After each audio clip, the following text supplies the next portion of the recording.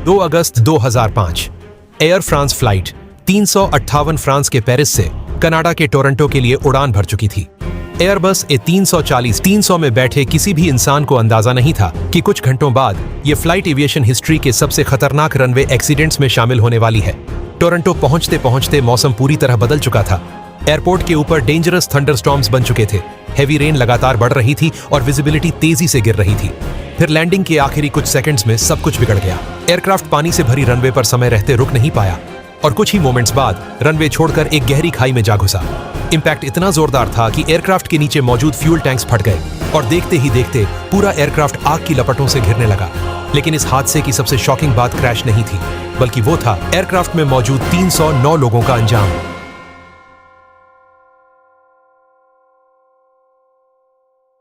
2 अगस्त 2005 air France flight 358 उस दिन अपनी नियमित इंटरनेशनल फ्लाइट के लिए तैयार की जा रही थी।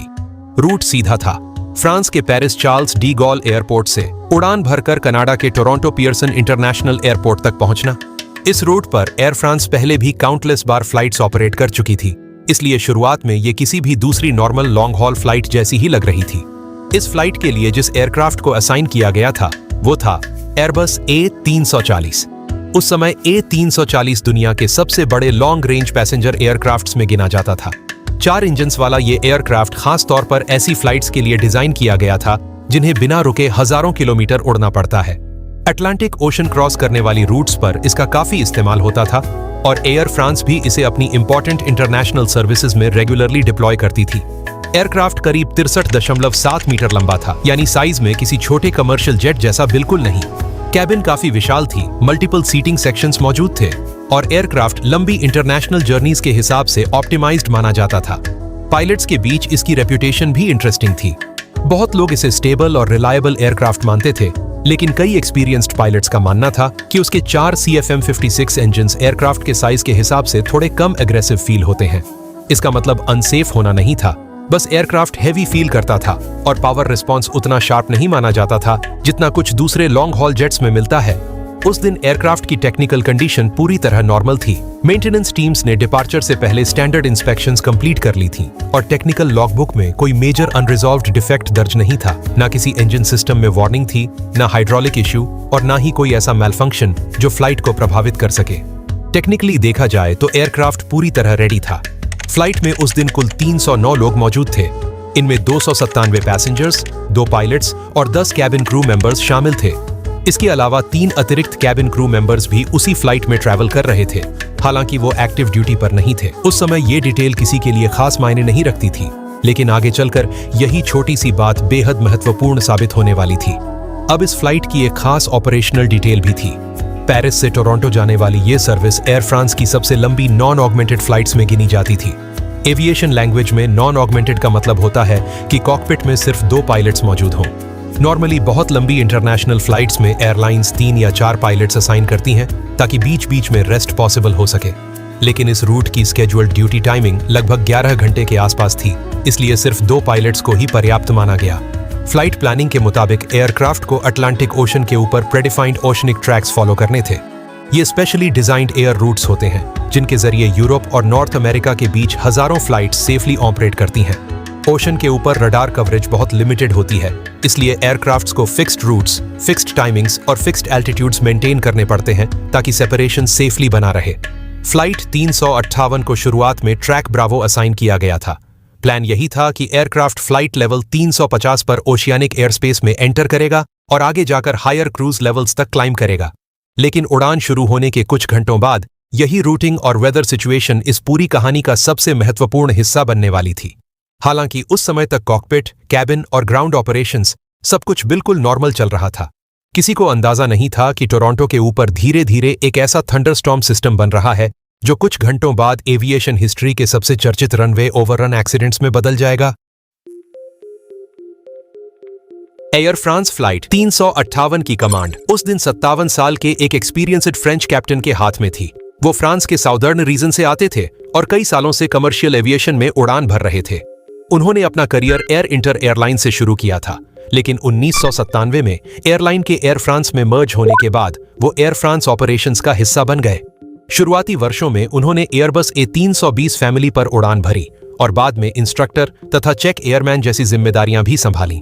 कुछ समय बाद उन्होंने लॉन्ग हॉल फ्लीट ज्वाइन की और 2001 में एयरबस A340 कैप्टन बने। उस दिन तक उनके पास 15,000 से ज्यादा फ्लाइट आवर्स थे, जिनमें लगभग 1,800 घंटे एयरबस A340 पर थे। कंपनी के अंदर उनकी इमेज एक काम, प्रोफेशनल और इजी गोइंग पायलट की मानी जाती थी। कॉकपिट में उनके साथ मौजूद फर्स्ट ऑफिसर भी कम एक्सपीरियंस्ड नहीं थे। उन्होंने एयर फ्रांस में 1985 में केबिन क्रू मेंबर के तौर पर शुरुआत की थी।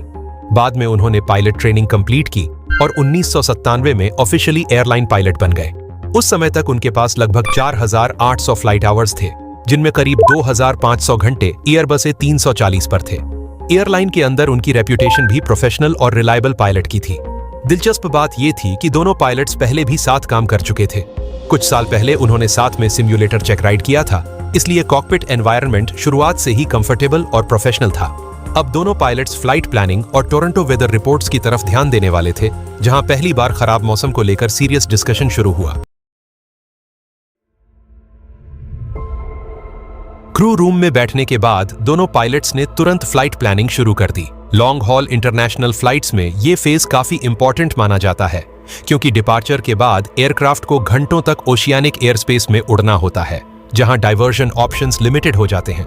इसी वजह से फ्यूल प्लानिंग, वेदर रिपोर्ट्स और ऑल्टरनेट एयरपोर्ट्स जैसी चीजों को काफी ध्यान से रिव्यू किया जाता है। फ्लाइट 358 के लिए भी यही प्रोसेस फॉलो हो रहा था। कॉकपिट डॉक्यूमेंट्स टेबल पर फैल चुके थे और दोनों पायलट्स स्टेप बाय स्टेप पूरी फ्लाइट को वेरीफाई कर रहे थे। शुरुआत में सब कुछ नॉर्मल दिखाई दे रहा था। रूट क्लियर था, एयरक्राफ्ट टेक्निकली फिट था और टोरंटो का वेदर भी फिलहाल एक्सेप्टेबल कैटेगरी में ही दिख रहा था। लेकिन वेदर रिपोर्ट्स में एक डिटेल लगातार मौजूद थी, थंडरस्टॉर्म्स की पॉसिबिलिटी। फोरकास्ट के मुताबिक एयरक्राफ्ट के अराइवल टाइम के आसपास टोरंटो एरिया में लगभग 30% चांस था कि थंडरस्टॉर्म्स डेवलप हो सकते हैं। नॉर्मली ऐसी प्रोबेबिलिटी अनयूजुअल नहीं मानी जाती, क्योंकि पायलट्स रेगुलरली खराब वेदर के आसपास ऑपरेशंस करते हैं। लेकिन थंडरस्टॉर्म्स एविएशन में हमेशा सीरियस मैटर माने जाते हैं, खासकर तब जब फ्लाइट अराइवल फेज में हो। इसीलिए दोनों पायलट्स ने शुरुआत से ही वेदर सिचुएशन को लाइटली नहीं लिया। डिस्कशन के बाद उन्होंने लगभग 3,000 किलो एक्स्ट्रा फ्यूल लेने का फैसला किया। कमर्शियल एविएशन में एक्स्ट्रा फ्यूल बहुत सोच समझ कर लिया जाता है, क्योंकि हर अतिरिक्त किलो एयरक्राफ्ट परफॉर्मेंस और ऑपरेटिंग कॉस्ट दोनों पर असर डालता है। लेकिन खराब वेदर के दौरान यही एक्स्ट्रा फ्यूल बाद में बेहद वैल्यूएबल साबित हो सकता है। फ्लाइट प्लान के मुताबिक उनका primary alternate airport Niagara Falls international airport था। अगर टोरंटो पर लैंडिंग पॉसिबल ना होती तो एयरक्राफ्ट वहां डाइवर्ट कर सकता था। एक्स्ट्रा फ्यूल की वजह से क्रू के पास होल्डिंग के लिए एडिशनल टाइम भी अवेलेबल रहने वाला था, यानी अगर वेदर कुछ देर में इंप्रूव हो जाए तो एयरक्राफ्ट हवा में इंतजार कर सकता था। लेकिन दोनों पायलट्स एक और चीज समझ रहे थे, थंडरस्टॉर्म्स कई बार सिर्फ एक एयरपोर्ट तक सीमित नहीं रहते। अगर स्टॉर्म लाइन बड़ी हो तो आसपास के कई एयरपोर्ट्स भी एक साथ प्रभावित हो सकते हैं। इसी वजह से एक्स्ट्रा फ्यूल उन्हें जरूरत पड़ने पर दूसरे ऑल्टरनेट्स तक जाने की फ्लेक्सिबिलिटी भी दे रहा था। उस समय तक हालांकि एक्चुअल टोरंटो वेदर अभी भी काफी अच्छा दिखाई दे रहा था। विजिबिलिटी नॉर्मल थी, विंड्स मैनेजेबल थीं और एयरपोर्ट ऑपरेशंस भी पूरी तरह बंद नहीं हुए थे, यानी कॉकपिट में कोई पैनिक जैसा माहौल नहीं था। इसके बाद दोनों पायलट्स ने नोटम्स रिव्यू किए। एविएशन में नोटम्स उन टेम्पररी ऑपरेशनल इंफॉर्मेशंस को कहा जाता है जिनमें रनवे इश्यूज, नेविगेशन सिस्टम्स या एयरपोर्ट रिस्ट्रिक्शंस जैसी महत्वपूर्ण डिटेल्स होती हैं। लेकिन उस दिन ऐसा कोई मेजर नोटम मौजूद नहीं था जो तुरंत कंसर्न क्रिएट करे। प्लानिंग कंप्लीट होने के बाद दोनों पायलट्स कैबिन क्रू ब्रीफिंग के लिए गए। उस फ्लाइट में कुल 10 cabin crew members active duty पर थे। इसके अलावा 3 अतिरिक्त कैबिन क्रू मेंबर्स भी उसी एयरक्राफ्ट में ट्रैवल कर रहे थे। ब्रीफिंग के दौरान कैप्टन ने अपकमिंग वेदर सिचुएशन के बारे में कैबिन क्रू को पहले ही बता दिया। उन्होंने पॉसिबल टर्बुलेंस और खराब वेदर की संभावना मेंशन की ताकि पूरी क्रू मेंटली प्रिपेयर्ड रहे। यही उनकी वर्किंग स्टाइल थी, कॉकपिट और कैबिन के बीच कम्युनिकेशन क्लियर रखना। कैबिन ब्रीफिंग के बाद पूरी क्रू एयरक्राफ्ट की तरफ बढ़ी। उस दिन की फ्लाइट के लिए एयरबस A340-300 तैयार खड़ा था। बोर्डिंग शुरू हो चुकी थी और पैसेंजर्स धीरे धीरे अपनी सीट्स पर सेटल होने लगे थे। उधर कॉकपिट में दोनों पायलट्स अपनी स्टैंडर्ड सेटअप प्रोसीजर्स कंप्लीट कर रहे थे। नेविगेशन सिस्टम्स, फ्यूल फिगर्स और ओशियानिक रूट डिटेल्स दोबारा वेरीफाई की जा रही थीं, क्योंकि अटलांटिक क्रॉसिंग वाली फ्लाइट्स में प्लानिंग काफी महत्वपूर्ण मानी जाती है। दोनों पायलट्स ने पहले ही तय कर लिया था कि टेक ऑफ कैप्टन हैंडल करेंगे, जबकि लैंडिंग फर्स्ट ऑफिसर करने वाले थे। इसके पीछे वजह पायलट रीसेंसी रिक्वायरमेंट्स थी। कमर्शियल पायलट्स को रीसेंट टेक ऑफ्स और लैंडिंग्स मेंटेन करनी पड़ती हैं और कैप्टन इस फ्लाइट में एक टेक ऑफ लॉग करना चाहते थे। बोर्डिंग कंप्लीट होने के बाद एयरक्राफ्ट में कुल 309 लोग मौजूद थे, 297 पैसेंजर्स, 2 पायलट्स और 10 केबिन क्रू मेंबर्स। इसके अलावा 3 अतिरिक्त कैबिन क्रू मेंबर्स भी उसी फ्लाइट में ट्रैवल कर रहे थे। उस समय ये डिटेल मामूली लग रही थी, लेकिन आगे चलकर यही काफी महत्वपूर्ण साबित होने वाली थी। पुशबैक क्लियरेंस मिलने के बाद एयरक्राफ्ट गेट से पीछे हटने लगा और कुछ ही देर में चारों इंजन्स स्टार्ट कर दिए गए। टैक्सी क्लियरेंस मिलने के बाद फ्लाइट 358 एक्टिव रनवे की तरफ बढ़ी। डिपार्चर पूरी तरह रूटीन था और वेदर भी फिलहाल नॉर्मल दिखाई दे रहा था। टेक ऑफ क्लियरेंस मिलते ही कैप्टन ने थ्रस्ट इंक्रीज किया और एयरबस तेजी से रनवे पर एक्सेलरेट करने लगा। कुछ ही सेकंड्स बाद एयरक्राफ्ट हवा में उठ चुका था। पेरिस की रोशनियां धीरे धीरे नीचे दूर होती चली गईं और एयर फ्रांस फ्लाइट 358 अब अटलांटिक ओशन की तरफ अपनी लंबी यात्रा शुरू कर चुकी थी। उस समय तक कॉकपिट में सब कुछ सामान्य लग रहा था, लेकिन टोरंटो के आसपास वेदर सिस्टम लगातार मजबूत होता जा रहा था और आने वाले कुछ घंटों में वही इस पूरी कहानी का सबसे बड़ा खतरा बनने वाला था।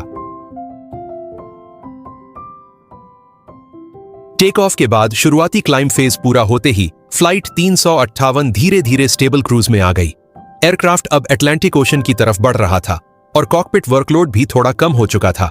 लॉन्ग हॉल फ्लाइट्स में यही वो फेज होता है जहां क्रू लगातार सिस्टम्स मॉनिटरिंग, फ्यूल चेक्स और वेदर अपडेट्स पर ध्यान रखती है। टोरंटो का मौसम मीनवाइल दोनों पायलट्स की डिस्कशन का हिस्सा बना हुआ था। डिपार्चर से पहले जिस थंडरस्टॉर्म एक्टिविटी को सिर्फ पॉसिबिलिटी माना जा रहा था, अब वही सिस्टम धीरे धीरे स्ट्रॉन्गर दिखाई देने लगा था। हालांकि उस समय तक कॉकपिट में कोई पैनिक जैसा माहौल नहीं था, क्योंकि पायलट्स रेगुलरली खराब वेदर के आसपास ऑपरेशंस करते हैं। इसी दौरान फ्लाइट को रूट चेंज की इंफॉर्मेशन मिली। शुरुआत में एयरक्राफ्ट को ट्रैक ब्रावो फॉलो करना था, लेकिन ओशियनिक एंट्री पॉइंट तक पहुंचने से पहले एटीसी ने उन्हें नया क्लियरेंस दिया। अब फ्लाइट 358 को ट्रैक अल्फा असाइन किया गया, जो पहले रूट से थोड़ा नॉर्थ साइड में था। साथ ही एयरक्राफ्ट को पूरी क्रॉसिंग के दौरान फ्लाइट लेवल 350 मेंटेन करने के लिए भी कहा गया। इस चेंज का मतलब था कि एयरक्राफ्ट थोड़ी कम एफिशिएंट एल्टीट्यूड पर ज्यादा देर उड़ने वाला था, यानी फ्यूल बर्न थोड़ा बढ़ सकता था। हालांकि अपडेटेड कैलकुलेशंस के बाद फ्यूल सिचुएशन अभी भी एक्सेप्टेबल मानी गई, इसलिए क्रू ने नया रूट एक्सेप्ट कर लिया। एविएशन इंडस्ट्री में ऐसे रीरूट्स अनकॉमन नहीं होते, खासकर अटलांटिक ट्रैक्स पर जहां हर दिन भारी ट्रैफिक ऑपरेट करता है। उधर टोरंटो एरिया में वेदर अब धीरे धीरे डिटीरियोरेट होने लगा था। शुरुआती फोरकास्ट्स अभी भी सिर्फ थंडरस्टॉर्म्स की पॉसिबिलिटी दिखा रहे थे, लेकिन वास्तविक स्थिति उससे ज्यादा तेजी से बदल रही थी। एयरपोर्ट के नॉर्थ वेस्ट साइड में स्टॉर्म सेल्स डेवलप होने लगे थे और हर गुजरते मिनट के साथ वो स्ट्रॉन्गर दिखाई देने लगे। कॉकपिट वेदर रडार पर भी अब रेड रिटर्न्स ज्यादा नजर आने लगे थे। वेदर रडार में red colour generally severe precipitation और डेंजरस स्टॉर्म एक्टिविटी इंडिकेट करता है। पायलट्स ऐसे वेदर सिस्टम्स से दूरी बनाकर रखना पसंद करते हैं, क्योंकि इनके अंदर सीवियर टर्बुलेंस, लाइटनिंग, हेल और सडन विंड चेंजेस जैसी कंडीशंस मौजूद हो सकती हैं। फिलहाल फ्लाइट 358 अभी क्रूज फेज में थी, इसलिए वेदर इमीडिएट थ्रेट नहीं लग रहा था। लेकिन प्रॉब्लम यह थी कि एयरक्राफ्ट धीरे धीरे उसी एयरपोर्ट की तरफ बढ़ रहा था जिसके ऊपर स्टॉर्म्स लगातार ऑर्गेनाइज हो रहे थे, और आने वाले कुछ घंटों में यही बदलता मौसम कॉकपिट डिसीजन मेकिंग को बेहद मुश्किल बनाने वाला था। जैसे जैसे फ्लाइट 358 नॉर्थ अमेरिका के करीब पहुंच रही थी, टोरंटो के आसपास का वेदर लगातार खराब होता जा रहा था। कॉकपिट रडार पर दिखाई दे रहे स्टॉर्म सेल्स अब पहले से ज्यादा मजबूत और ऑर्गेनाइज्ड लग रहे थे, और एविएशन में थंडरस्टॉर्म्स को हमेशा बेहद सीरियस माना जाता है। सामान्य बारिश और थंडरस्टॉर्म में बहुत फर्क होता है। थंडरस्टॉर्म क्लाउड्स, जिन्हें पायलट्स सीबी क्लाउड्स कहते हैं, अपने अंदर severe turbulence, lightning, heavy rain, hello और अचानक बदलती विंड्स जैसी डेंजरस कंडीशंस छुपाए रखते हैं। कई बार इन क्लाउड्स के अंदर एयर मूवमेंट्स इतनी वायलेंट होती हैं कि एयरक्राफ्ट कंट्रोल करना तक मुश्किल हो सकता है। लेकिन प्रैक्टिकल प्रॉब्लम यह है कि लैंडिंग फेज में डिसीजंस उतने आसान नहीं रहते। क्रूज फेज में एयरक्राफ्ट आसानी से रूट चेंज कर सकता है, लेकिन डेस्टिनेशन के करीब पहुंचने के बाद fuel, traffic delays, alternate airports और वेदर सब एक साथ प्रेशर क्रिएट करने लगते हैं, और कई बार पायलट्स आखिरी मोमेंट तक ये उम्मीद करते रहते हैं कि शायद मौसम थोड़ा इंप्रूव हो जाए। फ्लाइट 358 अब बिल्कुल उसी स्थिति की तरफ बढ़ रही थी। टोरंटो के आसपास स्टॉर्म्स लगातार स्ट्रॉन्गर हो रहे थे। कुछ सेल्स इतने ऊपर तक डेवलप हो चुके थे कि उनकी हाइट एयरक्राफ्ट की क्रूज एल्टीट्यूड से भी ज्यादा थी, लेकिन एयरपोर्ट अभी भी ऑपरेशनल था और दूसरी फ्लाइट्स लगातार उतर रही थी। यही चीज कॉकपिट डिसीजन मेकिंग को और कॉम्प्लिकेटेड बनाने वाली थी, क्योंकि टेक्निकली रनवे अभी भी अवेलेबल थी, लेकिन वेदर तेजी से डेंजरस होता जा रहा था। जैसे जैसे फ्लाइट 358 टोरंटो के करीब पहुंच रही थी, कॉकपिट में वेदर को लेकर टेंशन धीरे धीरे बढ़ने लगी। क्रू लगातार अपडेटेड रिपोर्ट्स मांग रही थी, क्योंकि स्टॉर्म्स अब एयरपोर्ट के आसपास क्लियरली एक्टिव हो चुके थे। शुरुआती फोरकास्ट्स में सिर्फ थंडरस्टॉर्म पॉसिबिलिटी दिखाई गई थी, लेकिन अब वास्तविक स्थिति उससे कहीं ज्यादा खराब लग रही थी। टोरंटो एयरपोर्ट के आसपास लगातार लाइटनिंग स्ट्राइक्स हो रही थीं और heavy rain cells runway area के करीब पहुंचने लगी थी। कुछ ही देर में एयरपोर्ट पर रेड अलर्ट तक एक्टिवेट कर दिया गया। इसका मतलब था कि ग्राउंड क्रूज और कई आउटडोर ऑपरेशंस टेम्पोरेरीली रोक दिए गए थे। हालांकि अराइविंग एयरक्राफ्ट्स के लिए एयरपोर्ट अभी भी ऑफिशियली ओपन था। कॉकपिट तक ये जानकारी सीधे नहीं पहुंची। क्रू को सिर्फ वेदर रिपोर्ट्स और एटीसी इंफॉर्मेशन मिल रही थी, और उन रिपोर्ट्स से अभी भी यही लग रहा था कि लैंडिंग शायद पॉसिबल हो सकती है। इसी दौरान दोनों पायलट्स ऑल्टरनेट एयरपोर्ट्स को दोबारा इवैल्यूएट करने लगे। शुरुआत में नायाग्रा फॉल्स प्लान्ड ऑल्टरनेट था, लेकिन अपडेटेड वेदर को देखते हुए ऑटावा ज्यादा बेहतर ऑप्शन लगने लगा। प्रॉब्लम यह थी कि अगर वो डाइवर्ट करते तो उनके पास होल्डिंग फ्यूल काफी लिमिटेड बचने वाला था। खराब वेदर में फ्यूल सिचुएशन हमेशा प्रेशर बढ़ा देती है, क्योंकि हर अतिरिक्त डिले डिवर्जन रिस्क को और बड़ा बना देता है। धीरे धीरे एटीसी फ्रीक्वेंसी पर भी स्थिति बदलती महसूस होने लगी। कुछ एयरक्राफ्ट्स होल्डिंग में भेजे जा रहे थे, कुछ क्रूज स्टॉर्म सेल्स अवॉइड करने के लिए हेडिंग चेंजेस मांग रही थीं, और कुछ फ्लाइट्स डाइवर्जन कंसिडर कर रही थीं। ऐसे मोमेंट्स में कॉकपिट वर्कलोड अचानक काफी बढ़ जाता है, क्योंकि पायलट्स को लगातार बदलती सिचुएशन के हिसाब से डिसीजंस लेने पड़ते हैं।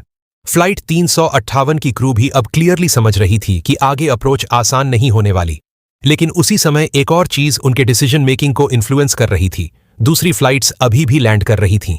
एविएशन ऑपरेशंस में ये चीज कई बार साइकोलॉजिकल इफेक्ट क्रिएट करती है। अगर दूसरे एयरक्राफ्ट सेफली उतर रहे हों तो क्रूज अक्सर मानती हैं कि सिचुएशन अभी भी मैनेजेबल है, और फ्लाइट 358 के साथ भी अब कुछ ऐसा ही हो रहा था। कुछ देर बाद एयरक्राफ्ट को टोरंटो अराइवल प्रोसीजर के लिए क्लियरेंस मिलने लगी। स्टॉर्म सेल्स अवॉइड करने के लिए क्रू कई बार हेडिंग एडजस्टमेंट्स मांग रही थी, क्योंकि वेदर रेडर पर कुछ एरियाज काफी डेंजरस दिखाई दे रहे थे। उस समय कुछ स्टॉर्म क्लाउड्स की हाइट 45,000 फीट तक पहुंच चुकी थी, यानी एयरक्राफ्ट की अर्लियर क्रूज एल्टीट्यूड से भी ऊपर। अब तक कॉकपिट में सिचुएशन पूरी तरह बदल चुकी थी। कुछ घंटे पहले तक ये बस एक रूटीन अटलांटिक फ्लाइट लग रही थी, लेकिन अब दोनों pilots rapidly changing weather, fuel pressure और बिजी अराइवल ट्रैफिक के बीच अप्रोच कंटिन्यू करने की तैयारी कर रहे थे, और टोरंटो के ऊपर स्टॉर्म्स लगातार और मजबूत होते जा रहे थे। टोरंटो के करीब पहुंचते पहुंचते अब मौसम काफी खराब हो चुका था। कॉकपिट रडार पर स्टॉर्म सेल्स लगातार दिखाई दे रहे थे, और एयरक्राफ्ट बीच बीच में टर्बुलेंस भी एनकाउंटर कर रहा था। इसी दौरान क्रू को अपडेटेड ATIS इंफॉर्मेशन मिली। उसमें बताया गया कि एयरपोर्ट पर विजिबिलिटी काफी कम हो चुकी है, हेवी रेन मौजूद है, और रनवे 24 लेफ्ट एक्टिव रनवे के तौर पर इस्तेमाल की जा रही है। ये डिटेल काफी महत्वपूर्ण थी। रनवे 24 लेफ्ट टोरंटो की सबसे लंबी रनवे नहीं थी, लगभग 9,000 फीट लंबी। ये रनवे सामान्य कंडीशंस में तो पर्याप्त मानी जाती थी, लेकिन खराब वेदर और हेवी रेन जैसी सिचुएशन में लैंडिंग डिस्टेंस काफी बढ़ सकती थी, खासकर एयरबस A340 जैसे भारी लॉन्ग हॉल एयरक्राफ्ट के लिए। और एक और प्रॉब्लम भी थी, एयरपोर्ट की दूसरी रनवे जो ज्यादा सूटेबल मानी जा सकती थी, उसके आसपास डेंजरस स्टॉर्म एक्टिविटी मौजूद थी। कुछ क्रूज पहले ही उस अप्रोच को अवॉइड कर चुकी थी। दूसरी पैरेलल रनवे भी अवेलेबल नहीं थी, क्योंकि उसके ILS सिस्टम का हिस्सा लाइटनिंग स्ट्राइक के बाद अनरिलायबल हो गया था। हालांकि कॉकपिट में मौजूद पायलट्स को इन सभी ऑपरेशनल डिटेल्स की पूरी पिक्चर नहीं मिल रही थी। उनके लिए सबसे बड़ा फैक्टर अभी भी यही था कि एयरपोर्ट ऑफिशियली ओपन था और दूसरी फ्लाइट्स अब भी लैंडिंग कर रही थीं। एयरक्राफ्ट अब डिसेंट फेज में एंटर कर चुका था। दोनों पायलट्स लगातार स्टॉर्म सेल्स अवॉइड करने के लिए हेडिंग चेंजेस मांग रहे थे, क्योंकि रेडार पर कुछ एरियाज पूरी तरह रेड दिखाई दे रहे थे। बाहर लाइटनिंग लगातार चमक रही थी और वेदर तेजी से बदल रहा था। इसी दौरान क्रू ने पॉसिबल विंड शीयर सिचुएशन पर भी डिस्कशन किया। थंडरस्टॉर्म्स के आसपास अचानक बदलती विंड्स हमेशा डेंजरस मानी जाती हैं, और पायलट्स जानते थे कि अप्रोच आसान नहीं रहने वाली। लेकिन उस समय तक एयरक्राफ्ट अभी भी स्टेबलाइज्ड डिसेंट मेंटेन कर रहा था। कॉकपिट वर्कलोड मीनवाइल लगातार बढ़ रहा था। Approach setup, weather monitoring, fuel calculations और ATC इंस्ट्रक्शंस सब एक साथ चल रहा था। एयरक्राफ्ट अब धीरे धीरे क्लाउड्स और रेन बैंड्स के अंदर एंटर करने लगा था। कभी कभी नीचे जमीन की हल्की झलक दिखाई देती, फिर अगले ही moment heavy rain visibility almost खत्म कर देती। फर्स्ट ऑफिसर लैंडिंग हैंडल कर रहे थे, जबकि कैप्टन रेडियो कम्युनिकेशंस और मॉनिटरिंग पर फोकस्ड थे।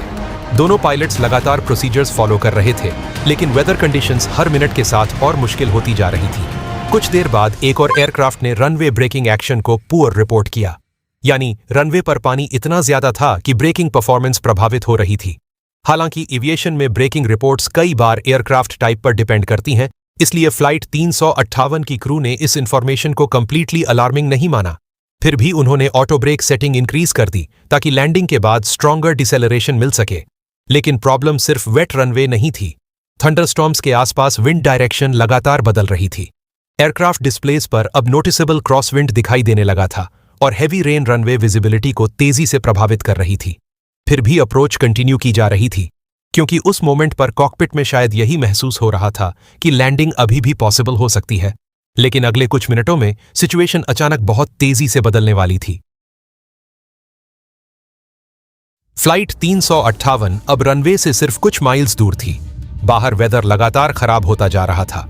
हेवी रेन विंडशील्ड पर जोर से गिर रही थी और कॉकपिट के सामने दिखाई दे रही रनवे बार बार रेन शॉवर्स के पीछे गायब हो रही थी। एयरक्राफ्ट टर्बुलेंस भी एनकाउंटर कर रहा था, लेकिन उस समय तक अप्रोच टेक्निकली स्टेबलाइज्ड मानी जा रही थी। लैंडिंग स्पीड लगभग 140 नॉट के आसपास मेंटेन की जा रही थी और ऑटो पायलट एयरक्राफ्ट को स्मूथली हैंडल कर रहा था। लेकिन रनवे के करीब पहुंचते पहुंचते कंडीशंस तेजी से बदलने लगी। मिनिमम्स के आसपास पहुंचकर फर्स्ट ऑफिसर ने ऑटो पायलट डिस्कनेक्ट किया और मैनुअल लैंडिंग शुरू की। लगभग उसी समय अचानक विंड्स शिफ्ट होने लगी। एयरक्राफ्ट जो कुछ सेकंड्स पहले तक हेडविंड रिसीव कर रहा था, अब टेल विंड एनकाउंटर करने लगा। टेल विंड का मतलब था कि एयरक्राफ्ट की ग्राउंड स्पीड बढ़ने लगी और लैंडिंग डिस्टेंस भी अचानक ज्यादा हो गई। फर्स्ट ऑफिसर ने इंस्टिंक्टिवली थ्रस्ट इंक्रीज किया ताकि एयर स्पीड स्टेबल रहे, लेकिन इसके कारण एयरक्राफ्ट ग्लाइड पाथ से थोड़ा ऊपर चला गया। अब एयरक्राफ्ट रनवे थ्रेशोल्ड को नॉर्मल प्रोफाइल से काफी ऊंचाई पर क्रॉस कर रहा था। और फिर सबसे बड़ी प्रॉब्लम शुरू हुई। जैसे ही एयरक्राफ्ट रनवे के ऊपर पहुंचा, हेवी रेन अचानक बेहद इंटेंस हो गई। विजिबिलिटी तेजी से गिर गई और कॉकपिट के सामने रनवे का फार एंड लगभग पूरी तरह रेन कर्टन के पीछे छिप गया। फर्स्ट ऑफिसर लगातार एयरक्राफ्ट को स्टेबलाइज रखने की कोशिश कर रहे थे, क्योंकि टर्बुलेंस और क्रॉसविंड दोनों कंट्रोल इनपुट्स को मुश्किल बना रहे थे। एयरक्राफ्ट फ्लेयर फेज में थोड़ा ज्यादा देर तक हवा में बना रहा। नॉर्मली टचडाउन जल्दी हो जाना चाहिए था, लेकिन एक्सेस एनर्जी और टेलविंड की वजह से एयरक्राफ्ट रनवे के ऊपर फ्लोट करता रहा। कुछ ही सेकंड्स में रनवे का बड़ा हिस्सा पीछे छूट चुका था। फाइनली एयरक्राफ्ट ने टचडाउन किया, लेकिन तब तक लगभग 3800 फीट रनवे पहले ही इस्तेमाल हो चुके थे। अब एयरबस A340 वेट रनवे पर हाई स्पीड के साथ आगे बढ़ रहा था। एयरक्राफ्ट सेंटर लाइन से थोड़ा लेफ्ट साइड पर था और स्ट्रॉन्ग क्रॉसविंड उसे लगातार पुश कर रही थी।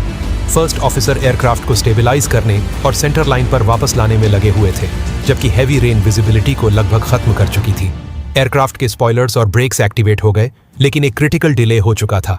रिवर्स थ्रस्ट तुरंत सिलेक्ट नहीं किया गया और इस सिचुएशन में हर सेकंड बेहद इंपॉर्टेंट थी।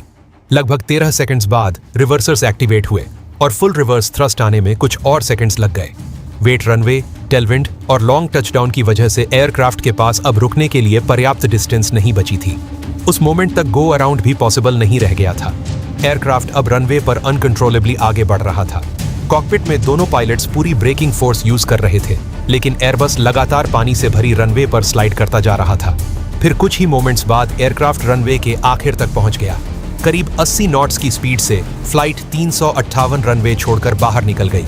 कैबिन के अंदर वायलेंट शेकिंग शुरू हो गई। ओवरहेड बंस खुलने लगे, सामान पैसेंजर्स के ऊपर गिरने लगा और कई लोगों को ऐसा महसूस हुआ जैसे कोई लगातार चलती हुई कार क्रैश हो। एयरक्राफ्ट एयरपोर्ट पेरीमीटर के बाहर निकल गया, एक सर्विस रोड क्रॉस की, फिर फेंसिंग तोड़ते हुए नियर बाय रवीन की तरफ बढ़ गया। नीचे अनइवन टेरेन पर पहुंचते ही लैंडिंग गियर कोलैप्स हो गए और एयरक्राफ्ट वायलेंटली बाउंस करता हुआ आगे बढ़ने लगा। इसी दौरान फ्यूल टैंक्स डैमेज हो गए और लीकिंग फ्यूल ने तुरंत आग पकड़ ली। कुछ ही सेकंड्स में एयरक्राफ्ट के पीछे मैसिव फायर दिखाई देने लगी और अब सिचुएशन सिर्फ क्रैश नहीं रही थी। अब एयरक्राफ्ट के अंदर मौजूद 309 लोगों को बर्निंग रैकेज से बाहर निकालना था। क्रैश के कुछ ही सेकंड्स बाद एयरक्राफ्ट के पीछे आग तेजी से फैलने लगी। फ्यूल टैंक्स डैमेज हो चुके थे और लीकिंग फ्यूल ने पूरे रियर सेक्शन को फ्लेम्स में बदलना शुरू कर दिया। कैबिन के अंदर केओस फैल चुका था। पैसेंजर्स पैनिक में अपनी सीट्स छोड़कर एग्जिट्स की तरफ भागने लगे। कई लोगों को शुरुआत में समझ ही नहीं आया कि आखिर हुआ क्या है। जोरदार इंपैक्ट की वजह से ओवरहेड बिन्स खुल चुके थे और सामान कैबिन फ्लोर पर बिखर गया था। स्मोक धीरे धीरे एयरक्राफ्ट के अंदर घुसने लगी। इंपैक्ट में कैप्टन घायल हो चुके थे, लेकिन फिर भी वो कॉकपिट से बाहर निकलने की कोशिश कर रहे थे। उधर कैबिन क्रू तुरंत एक्शन में आ चुकी थी।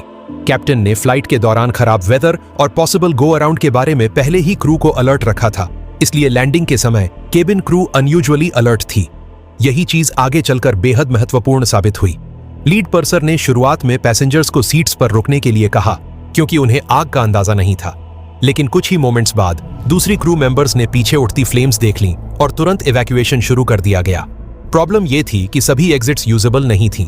एयरक्राफ्ट के कुछ इमरजेंसी एग्जिट्स के बाहर आग और स्मोक इतनी ज्यादा थी कि वहां से इवैक्यूएशन इम्पॉसिबल हो गया। कैबिन क्रू लगातार पैसेंजर्स को दूसरी तरफ रीडायरेक्ट कर रही थी। इसी दौरान वो 3 एक्स्ट्रा कैबिन क्रू मेंबर्स जो ऑफ ड्यूटी ट्रैवल कर रहे थे, इवैक्यूएशन में मदद करने लगे। किसी ने डोर्स ऑपरेट किए, किसी ने पैसेंजर्स को गाइड किया और किसी ने पैनिक कंट्रोल करने की कोशिश की। हालांकि सिचुएशन बेहद डेंजरस थी, लेकिन कैबिन क्रू ने रिमार्केबल कोऑर्डिनेशन दिखाई। उधर एयरपोर्ट कंट्रोल टावर से विजिबिलिटी खराब होने की वजह से पूरा एक्सीडेंट क्लियरली दिखाई नहीं दिया, लेकिन कंट्रोलर्स ने रनवे एरिया में अनयूजुअल फ्लैशेस देख लिए थे। क्रैश अलार्म तुरंत एक्टिवेट कर दिया गया और airport fire crews already weather की वजह से हाई अलर्ट पर थीं। इसी वजह से इमरजेंसी व्हीकल्स बहुत जल्दी क्रैश साइट तक पहुंच गईं। जब तक फायर फाइटर्स एयरक्राफ्ट तक पहुंचे, कैबिन क्रू अधिकांश पैसेंजर्स को बाहर निकाल चुकी थी। कुछ ही मिनट में पूरा एयरक्राफ्ट फ्लेम्स से घिर गया। लेकिन सबसे हैरान कर देने वाली बात अभी बाकी थी। इतने वायलेंट क्रैश और मैसिव फायर के बावजूद एयरक्राफ्ट में मौजूद सभी 309 लोग जिंदा बाहर निकल आए। हालांकि 12 लोगों को सीरियस इंजरीज हुई, लेकिन किसी की मौत नहीं हुई। एविएशन हिस्ट्री में इसे एक रिमार्केबल सर्वाइवल केस माना जाता है। इन्वेस्टिगेशन बाद में कई महीनों तक चली। इन्वेस्टिगेटर्स ने कंक्लूड किया कि एक्सीडेंट का primary cause severe thunderstorm conditions के बीच अप्रोच कंटिन्यू करना था। वेदर तेजी से बदल रहा था, रनवे हेविली कंटेमिनेटेड थी और एयरक्राफ्ट लॉन्ग टचडाउन की वजह से अवेलेबल स्टॉपिंग डिस्टेंस खो चुका था। रिपोर्ट में एयर फ्रांस प्रोसीजर्स पर भी सवाल उठाए गए। उस समय एयरलाइन के पास थंडरस्टॉर्म्स के आसपास अप्रोचेस के लिए क्लियर ऑपरेशनल लिमिट्स मौजूद नहीं थीं। लैंडिंग डिस्टेंस कैलकुलेशंस भी उस तरह मैंडेटरी नहीं थीं जैसी आज मॉडर्न एविएशन में होती हैं। इन्वेस्टिगेटर्स ने यह भी हाईलाइट किया कि रनवे सेफ्टी एरिया पर्याप्त नहीं थी। अगर रनवे के आखिर में प्रॉपर सेफ्टी जोन या EMAS सिस्टम मौजूद होता, तो एयरक्राफ्ट शायद रवीन तक पहुंचने से पहले ही रुक जाता। इस हादसे के बाद एविएशन इंडस्ट्री में कई इंपॉर्टेंट सेफ्टी चेंजेस आए। Wet runway calculations, contaminated runway performance और थंडरस्टॉर्म अप्रोच गाइडेंस को काफी सीरियसली इंप्रूव किया गया। लेकिन इस पूरी कहानी से सबसे बड़ा लेसन शायद वही था जो ऑलमोस्ट हर एक्सपीरियंस्ड पायलट समझता है। कई बार सेफेस्ट लैंडिंग वही होती है जिसे करने की कोशिश ही ना की जाए। अगर आपको यह एविएशन इन्वेस्टिगेशन स्टोरी दिलचस्प लगी हो तो वीडियो को लाइक करें और चैनल को सब्सक्राइब जरूर करें, क्योंकि इस सीरीज में हम ऐसे ही कई रहस्यमयी और महत्वपूर्ण एविएशन हादसों की कहानियों को विस्तार से समझते रहेंगे। और अगली एविएशन स्टोरी में हम जानेंगे एक और ऐसी घटना के बारे में जिसने पूरी दुनिया के एविएशन नियमों को बदल कर रख दिया। तब तक के लिए धन्यवाद।